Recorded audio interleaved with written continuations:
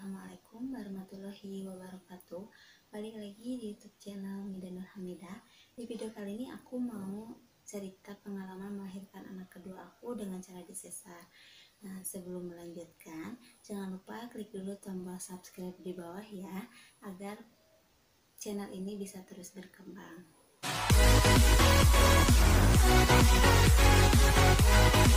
Jadi anak aku itu kan lahir pada tanggal 27 Mei 2020 dengan cara disesar. Kenapa disesar? Nah, setelah aku konsultasi dan sharing bidan dan dokter kandungan, ternyata ada masalah di panggul aku gitu. Dan baru ketahuan di kehamilan kedua ini mungkin kejadian yang sebelumnya itu salah satunya adalah bisa dari faktor ini juga, tapi ya itu wallahu alam ya, kita balik lagi sama Allah, mungkin memang sudah jalannya seperti itu. Tapi karena aku tidak ingin hal itu terjadi lagi, jadi aku lebih waspada dan lebih hati-hati di kehamilan kedua ini. Jadi aku lebih sering untuk memeriksakan dan lebih teliti lagi gitu, lebih rajin lagi gitu periksanya. Nah ternyata pas di kehamilan 36 minggu itu, karena si bidannya ingin merujuk atau aku ini harus lahiran di rumah sakit karena dengan indikasi hamil sebelumnya itu kelahiran yang sebelumnya itu IUFD, jadi ditakutkan nanti ada sesuatu hal lagi kan. Kalau di klinik bidan itu kan tidak memungkinkan ya, karena alatnya juga yang terbatas. Jadi si bidan itu ingin merujuk aku untuk lahiran di rumah sakit gitu. Tapi untuk saat ini si peraturan BPJS itu tidak bisa seenaknya ngasih rujukan, karena memang harus benar-benar ada indikasi yang benar-benar serius gitu, yang nggak bisa ditangani di paskes pertama itu. Akhirnya kita saling diskusi, kita cari jalan keluarnya, kita cari solusinya bagaimana. Ternyata setelah diskusi kita menemukan solusinya. Aku disuruh cek screening panggul dulu gitu ke dokter spesialis kandungan, sekalian cek USG lagi kondisi bayi di dalamnya gitu. Memang sih sebelumnya memang baik-baik aja, memang baru beberapa minggu yang lalu juga aku periksa, cuman hanya periksa USG aja, tidak dengan screening panggul gitu. Nah akhirnya setelah aku dari bidan itu pulangnya langsung ke klinik dokter spesialis kandungan itu gitu. Aku cek screening panggul dan USG. Nah pas USG itu semuanya posisinya bagus, ketubannya bagus, plasentanya bagus gitu, air ketubannya cukup. Nah pokoknya ini udah siap untuk dilahirkan gitu si bayinya, tinggal nunggu mulus aja. Tapi ternyata pas screening panggul itu si dokternya bilang, oh ternyata panggul aku itu sempit gitu. Jadi panggul yang si tempat si bayinya masuk kepalanya itu tidak memungkinkan, atau sempit gitu, tidak memungkinkan kepala bayi untuk bisa dilalui kepala bayi gitu.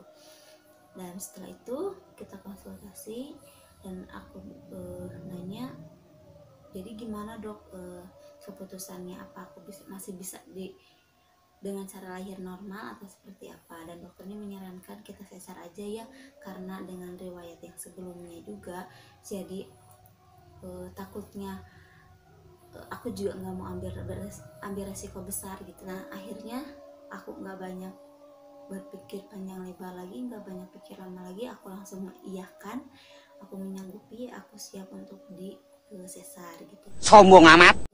Dan dokternya nyuruh aku besok buat ketemu di rumah sakit, dan kebetulan besok beliau praktek di rumah sakit tersebut. Kita akan menjadwalkan jadwal operasinya kapan gitu.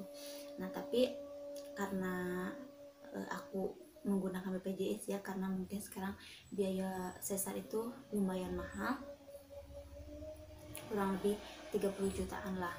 Nah terus aku balik lagi ke klinik bidan yang tadi itu untuk meminta surat rujukan. Akhirnya si bidannya juga bilang, alhamdulillah ya bu, ternyata alokasi jalan dan dimudahkan gitu. Alhamdulillah, dan kasih rujukan. Setelah itu setelah aku dikasih rujukan, besoknya aku pergi ke rumah sakit, ketemu sama dokter yang kemarin periksa aku tuh sama suami tuh di rumah memutuskan gimana kalau kita minta aja jadwalnya dipercepat gitu sebelum lebaran, jadi biar tenang gitu, nggak apa-apa lah. Lebaran dalam keadaan sakit juga nggak apa-apa gitu yang penting. Tapi pas udah ketemu sama dokternya, jadwal dokternya itu padat, jadi penuh dari sebelum lebaran itu sampai sudah lebaran. Jadi aku tuh dijadwalkan itu 4 hari setelah lebaran. Itu kalau 4 hari atau 3 hari setelah lebaran, lupa lagi, pokoknya di tanggal 27 Mei 2020 itu jam 4 sore jadwalnya, dan aku tuh disuruh puasa itu dari rumah jam 3 subuh. Datang ke rumah sakit itu jam 7 pagi, karena memang karena di masa pandemi seperti ini, jadi kita rumah sakit tidak menyarankan kita untuk terlalu lama di rumah sakit gitu, jadi nggak dirawat dulu semalaman sebelumnya, jadi puasanya ya di rumah aja gitu. Nah, pagi-pagi jam 7-nya itu ke rumah sakit untuk menyelesaikan administrasi dan pemeriksaan yang lainnya. Nah, 1 hari sebelum tanggal 27 itu, berarti tanggal 26 Mei ini itu, suamiku dapat telepon dari pihak rumah sakit bahwa jadwal sesar aku itu dipercepat gitu, jadi jam 11 ya. Jadi aku itu harus ke rumah sakitnya itu jam 5 subuh gitu. Nah, akhirnya setelah besoknya subuh-subuh aku pergi dengan mama dan suami bertiga ke rumah sakit. Nah, suami dan mama mengurus administrasi gitu, ruangan segala macam. Aku duduk di ruang tunggu sambil nunggu proses administrasi beres. Nah, kurang lebih beres itu jam setengah 9-an lah, karena memang di masa pandemi ya, jadi aku harus banyak tes segala macam gitu. Akhirnya setelah beres, aku masuk ke ruangan operasi, tapi belum ke ruang operasinya, masih ke kayak ruang perawatannya gitulah. Jadi aku di situ itu dicek screening panggul, terus disuntik alergi, takutnya ada alergi, terus dipakein baju operasi gitu, karena kan memang harus telanjang bulat dan ada pakaian operasi yang hanya selai gitu, terus pasang infus, pokoknya pemeriksaan segala macam di situ sampai memang benar-benar sudah siap. Aku baru dibawa ke ruang operasi. Nah, setengah 11 itu aku kan setengah 11 lebih lah masuk ke ruang operasi. Terus aku ketemu dulu sama mama, minta doa, terus minta maaf juga, mudah-mudahan lancar, selamat. Setelah itu aku masuk ke ruang operasi. Di situ ada beberapa perawat, ada bidan, ada dokter anestesi juga, terus lampunya yang gede-gede ya, ngeri juga sih masuk ke situ. Benar-benar pertama kali aku masuk ke ruang operasi dan menakutkan gitu menurut aku gitu. Nah, setelah itu gak lama dari situ, terus aku dokter bagian anestesinya itu memperkenalkan diri bahwa dia adalah dokter anestesi yang akan menyuntik atau menganestesi selama proses operasi berjalan.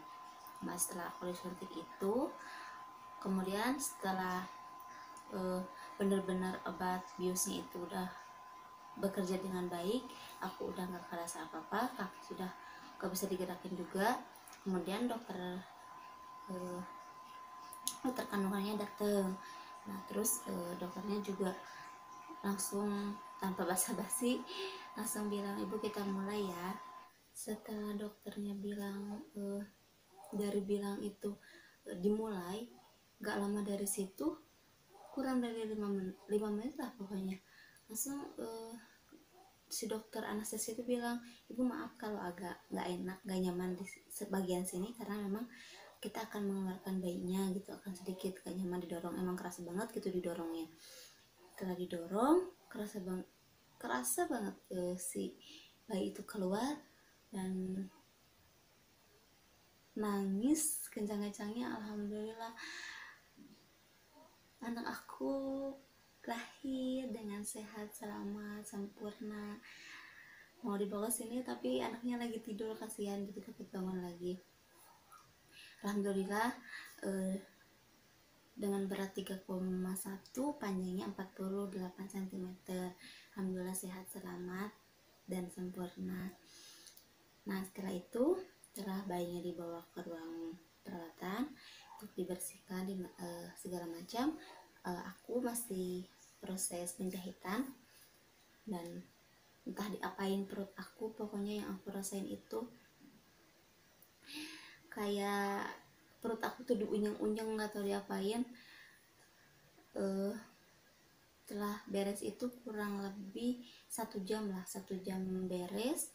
Nah di 5 menit terakhir itu tiba-tiba aku menggigil gitu. Nah menggigil, terus aku tanya sama susternya, terus kenapa ini tiba-tiba saya menggigil banget. Ya ibu, jangan kaget ya, nanti akan seperti ini kurang lebih 1 jam katanya gitu, karena itu efek dari anestesinya tersebut. Nah rawat itu aku dikasih tahu buat terus belajar buat miring kanan miring kiri, tapi jangan duduk katanya. Duduk itu boleh nanti besok pagi, karena harus 24 jam dulu kan, 24 jam enggak 24 jam, 24 jam itu lepas kateter. Pokoknya besok pagi baru boleh duduk. Situ aku benar-benar pegal, mau minggir aja perjuangannya. Masya Allah, ini nangis kayak apa ya, kayak nggak habis ngelahirin gitu, kayak lagi sakit aja, dirawat di rumah sakit karena bayinya nggak ada gitu, nggak bareng sama kita. Nah terus besok paginya aku belajar untuk duduk karena benar-benar aku ingin cepat sehat, cepat bisa ketemu sama anak aku gitu, bisa nyusuin, karena kan bingung juga. Setelah dari lahir itu kan emang sih sebenarnya selama 2 hari itu, 2 atau 3 hari itu bayi masih menyimpan makanannya gitu, tapi ya aku khawatir juga, takutnya dia kuning gitu. Nah terus dari situ udah bisa duduk, terus pagi-paginya aku dilap sama suster. Pokoknya ya pasrah aja aku, karena nggak bisa apa-apa, dilap sama suster aja juga aku udah nggak ada rasa malu gitu, karena ya memang sama-sama perempuan juga sih.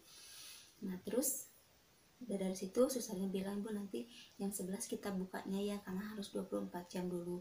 Setelah dibuka kateter, belajar jalan, kalau udah bisa pipis sendiri ke kamar mandi, baru boleh bisa nyusuin bayinya.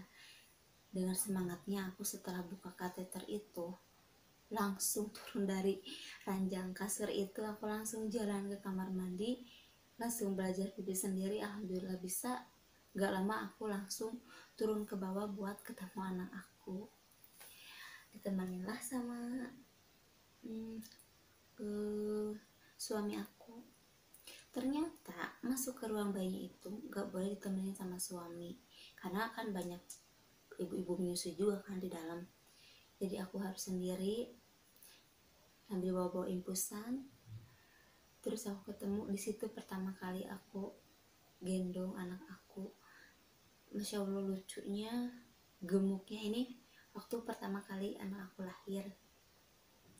Nah terus aku bingung nyusuinnya gimana, karena perut aku sakit, tangan aku satu masih diinfus, terus kan masih harus belajar ya, jadi aku ya Allah ini nyusuinnya gimana gitu, bingung. Yang penting asal masuk aja dulu aku, yang penting ada masuk dulu ASI lah ke si bayinya. Nggak tahu lah itu caranya benar atau salah gitu, karena memang bener-bener berjuangan banget, perut sakit, ribet lah pokoknya. Terus di situ aku sama suami cuma video call gitu, suami juga memang belum ketemu hanya saat mengadankan si bayi ini pas setelah lahir gitu.